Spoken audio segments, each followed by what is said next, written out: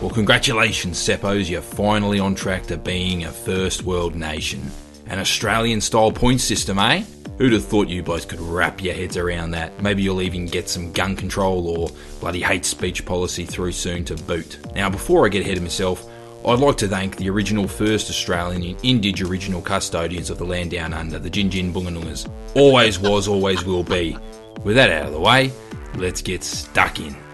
Now, I saw old mate Stevie Mills up there spruiking the plan, and I reckon I'll fill you in on what to expect as a guy who's lived and breathed Aussie immigration for decades now and coughed up the cumin and spice afterwards, if you're with me.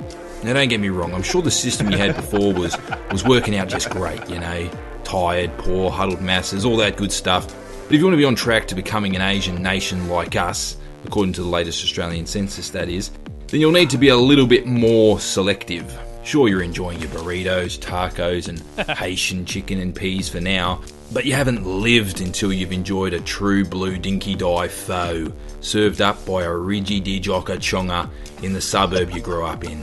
And the best bit is, these high agency Pajeets and Slappies are great at buying up property and small businesses, so your parents can pass on their assets safe and sound in the knowledge that it'll be run completely competently. That sort of peace of mind is exactly what they'll need on their latest retirement cruise. You know, it's bloody hard work to scoff down those prawn cocktails without the knowledge that, you know, the employee behind what used to be your till in your shop is topping their Year 7 maths class.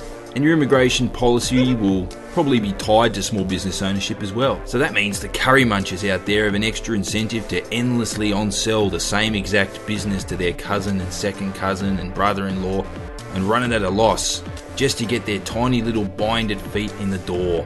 That'll chase out all the old fogies running the chip shops and newsos straight out of the neighbourhood. Now, I know what you're thinking, but what about the brain drain? Won't we be hurting these developing nations by taking all their innovators, their entrepreneurs? Well, don't worry, you know, we'll still be taking their worst. We'll just be working 70 hours a week at Hacker Jackers, beating out little Billy for all the shifts. Oh, that's Burger King for you, Yanks. And they'll be mailing most of their pay back home to Pakistan, where their family will be living like kings. You know, trust me, Cobb, the government will put hairdressing and babysitting up on the list of skills in demand, and you'll certainly still be able to grab a cab with an unfriendly Muslim sitting up front anytime you want. And your kids won't have to push trolleys on the weekend for pocket money. Strange brown men yammering away into hands-free mobile speakers will take care of that for them. Speaking of which, bringing in all these skilled immigrants will be great competition for those entitled millennials who just refuse to compete. A new upper middle class of hostile foreigners embedded permanently in their ethnic enclaves, lobbying the government for special access and privileges. That ought to get those kids sitting forward and paying attention. Another positive is the Europeans will have a shot at the green card. That's what we used to see a lot of back before Europe started flooding itself with North Africans. Nowadays, you know, China/India, they've figured out how to give every single public dunny rapist a degree in massage therapy and get them shipped over here at ASAP. Yeah, but who knows? You know, your son might bring home one of the moon-faced sarong party girls who crowd out the unis now, funded by daddy's money.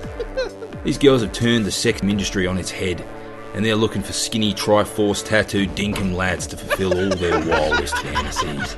Look, if you can't beat them, beat off all over their flat chest. Try and get them to teach you Cantonese, so you stand a chance at claiming you're bilingual and useful in an Asian-oriented America. Maybe we can even upskill some of our Aboriginals, get them official qualifications in dot paintings and ship them over there for your enjoyment. It's an industry you guys are lacking. You know, why not? As long as the points match up and the process is followed. Never mind the fact that, you know, the left doesn't even prevent illegal immigration of millions of Mexicans flooding over your border. You know, a bit of a process there they're able to get the better of. I can't see this complex system being abused by the legions of cat ladies who fill up middle management thanks to their narrow IQ banding.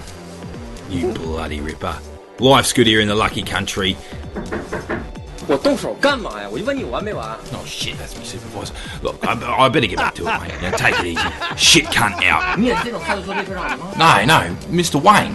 Mr. Wang, I wasn't talking to you, Chief. That was good. Hold on, what